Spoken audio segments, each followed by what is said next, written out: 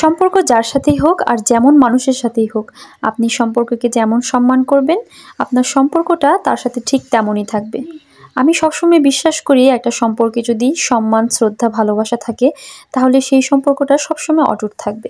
আসসালামু আলাইকুম, কেমন আছেন সবাই? আশা করি অনেক ভালো আছেন। আলহামদুলিল্লাহ, আমরাও ভালো আছি।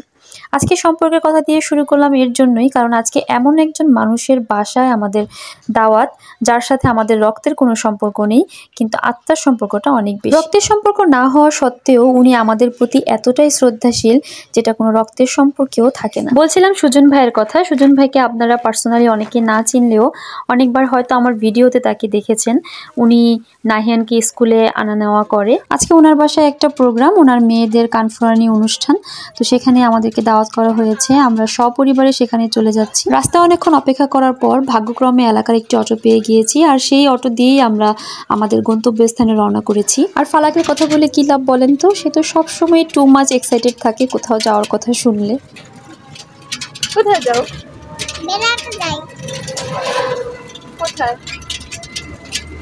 বেড়াতে যাই, বললাম না? আচ্ছা। কথা বলতে বলতে চলে এসেছি আমরা আমাদের গন্তব্যস্থানে। সুজন ভাইয়ের বাড়ির সামনের জায়গাটা খুবই সুন্দর, একদম পুরো রাস্তাটা পাকা করা, দেখতেও ভালো লাগছে। আর এদিকে অলরেডি খাওয়া দাওয়া শুরু হয়ে গিয়েছে। আমরা একটু লেটে এসেছি হয়তোবা। তো যাই হোক, চলুন সামনের দিকে যাওয়া যাক।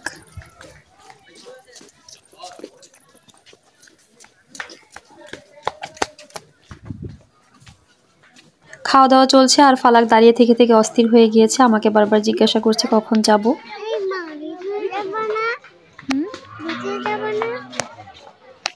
সুজন ভাই আমাদেরকে দাঁড়িয়ে থাকতে দেখে আমাদেরকে একটু বসার ব্যবস্থা করে দিল। এখানে আমরা সবাই বসে ওয়েট করছি।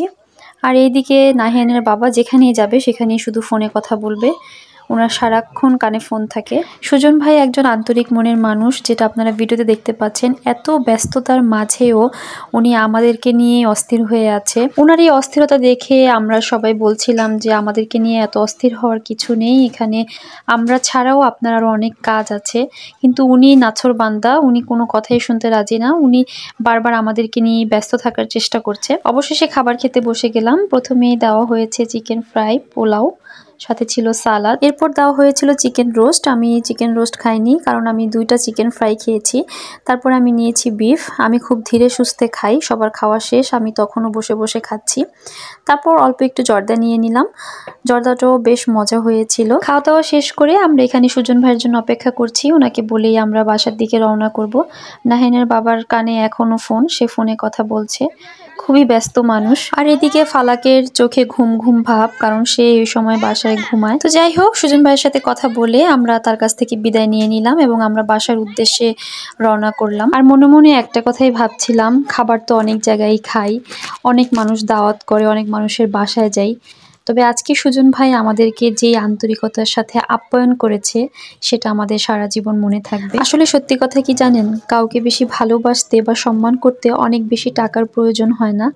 আপনার মুখে সুন্দর, নমনীয় ও আন্তরিক কথাই যথেষ্ট। আর সেই আন্তরিকতা ও ভালোবাসার কথা চিন্তা করে আজকে একটি ছোট্ট আবদার রাখতে চাই। আমার এই পেজটিকে যারা এখনো ফলো করেননি তারা ফলো করে দিবেন। আর আমার এই ভিডিওটি যদি আপনাদের কাছে ভালো লেগে থাকে অবশ্যই বেশি বেশি করে লাইক, কমেন্ট এবং শেয়ার করে দিবেন। আজকের মতো এই পর্যন্তই। সবাই ভালো থাকবেন, সুস্থ থাকবেন, আমাদের জন্য বেশি বেশি করে দোয়া করবেন। আল্লাহ হাফেজ।